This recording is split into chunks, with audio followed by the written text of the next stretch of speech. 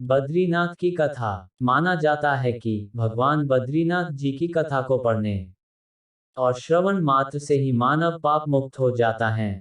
पौराणिक कथा के अनुसार दंबोदर नाम का एक राक्षस था, जो कि भगवान सूर्य देव का बहुत बड़ा भक्त था। उसने सूर्य देव को घोर तपस्या करके प्रसन्न किया और अमृतवा का वरदान मांगा। सूर्य देव ने अमृतवा का वर देने से इनकार कर दिया। उन्होंने कहा, जिसने जन्म लिया है उसकी मृत्यु निश्चित है, इसलिए तुम कोई और वर मांगो, मैं तुम्हें वह वर दूंगा। उसने भगवान सूर्य देव से एक सहस्त्र कवच देने को कहा, और मेरा एक कवच वही तोड़ सके जो जिसने 10,000 वर्ष की तपस्या की हो। सूर्य देव वचनबद्ध थे तो उन्होंने उसे वरदान दे दिया। सहस्त्र कवच होने के कारण दंबोदर का नाम सहस्त्र कवच पड़ गया। उसके बाद सहस्त्र कवच अपने आप को अमर समझने लगा, और उसने तीनों लोकों में उत्पात मचा दिया। फिर सभी देवगण अपनी समस्या लेकर श्री नारायण भगवान विष्णु के पास गए तो भगवान विष्णु ने देवताओं को आश्वासन दिया कि मैं शीघ्र ही इसका कोई उपचार करूंगा। फिर भगवान विष्णु आत्मचिंतन में लीन हो गए कि सहस्त्र कवच का वध कैसे किया जाए।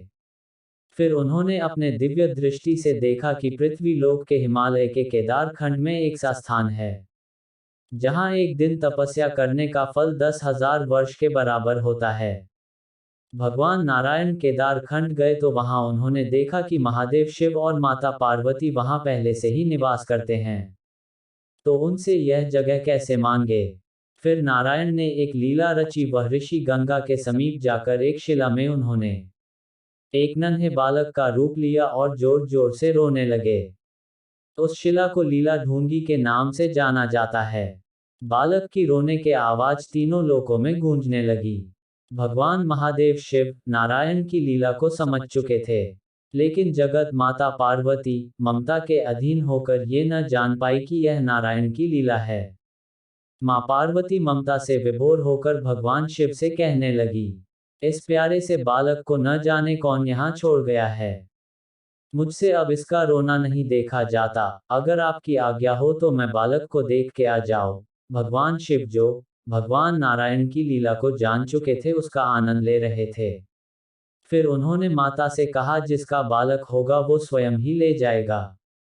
अगर आपको फिर भी जाना है तो आप बालक को देख के आ जाओ। माँ पार्वती बालक के पास गई और नारायण के उस सुंदर बालक के रूप को देखकर बालक को गोदी में उठाए बिना नहीं रह पाए। बालक भी माता की गोदी में जाकर शांत हो गया। फिर माता उस बालक को अपने साथ ले गई और भगवान शिव से कहा कि इस नन्हे से बालक को मैं अपने पास यही रख लूं। महादेव, जो नारायण की लीला को देखकर मन ही मन मुस्करा रहे थे, माता से बोले, रख तो लो पर बाद में पछताना मत। माता ने कहा, यह तो बालक है, इसको अपने साथ रखने में पछताना कैसा। और फिर माता ने उस बालक को सुला दिया। माता पार्वती और भगवान शिव स्नान ध्यान करने गए और जब वापस आए तो देखा जहां बालक थे, वहां चतुर्भुजी श्री नारायण हैं। माता ने नारायण को देखा और कहा, आप यहाँ कैसे, आपके यहाँ आने का प्रयोजन और बालक कहाँ गया। भगवान नारायण मुस्कुराए और बोले, माँ, आपका वो बालक मैं ही हूँ। मैं जग कल्याण हेतु यहाँ ध्यान लगाने आया हूँ। यह स्थान बड़ा ही दिव्य है। मुझे जब पता चला कि यह स्थान में आप रहते हो तो मुझे यह लीला करनी पड़ी, ताकि आप स्वयं ही यह स्थान मुझे दे दें, और आपने ही यह स्थान मुझे दिया है। माँ पार्वती और महादेव शिव ने यह स्थान फिर श्री नारायण को देकर स्वयं केदारनाथ में चले गए।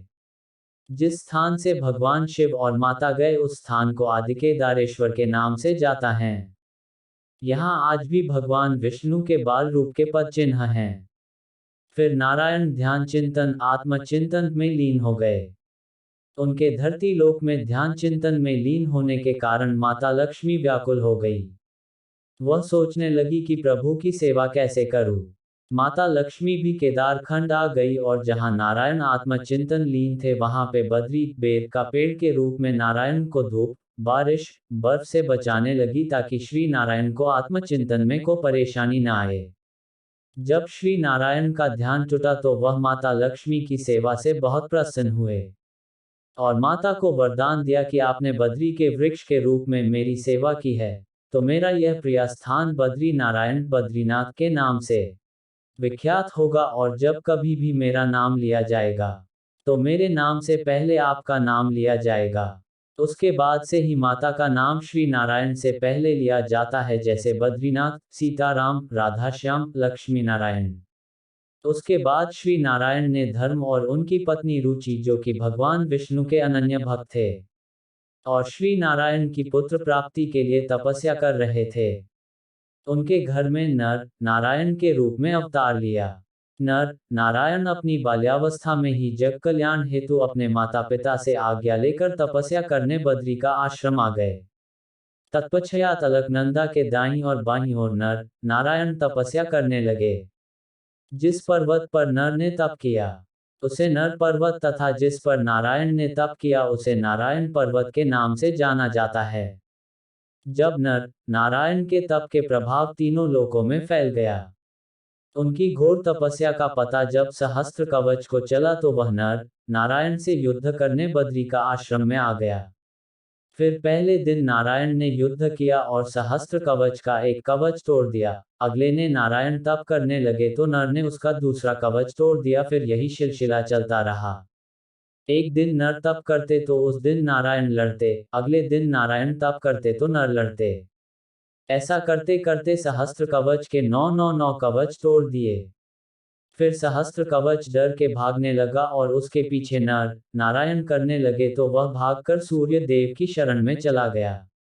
सूर्य देव ने फिर भगवान नर नारायण से विनती की कि प्रभु अभी यह मेरी शरण में है और मेरा धर्म इसकी रक्षा करना है, तो दया करके सहस्त्र कवच को अभी छोड़ दें।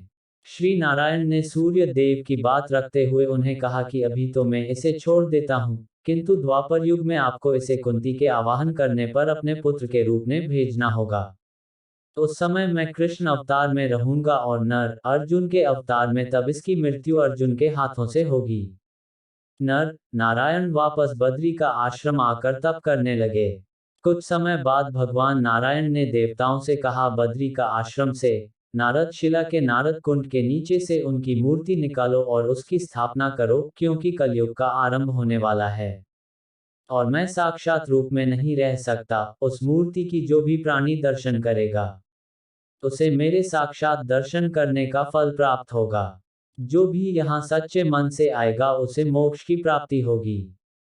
तो कैसी लगी आपको बद्रीनाथ की कथा, हमें कमेंट करके जरूर बताएं। ऐसे ही और धार्मिक कथाएं सुनने के लिए हमारे चैनल को सब्सक्राइब करें, वीडियो को लाइक करें। धन्यवाद।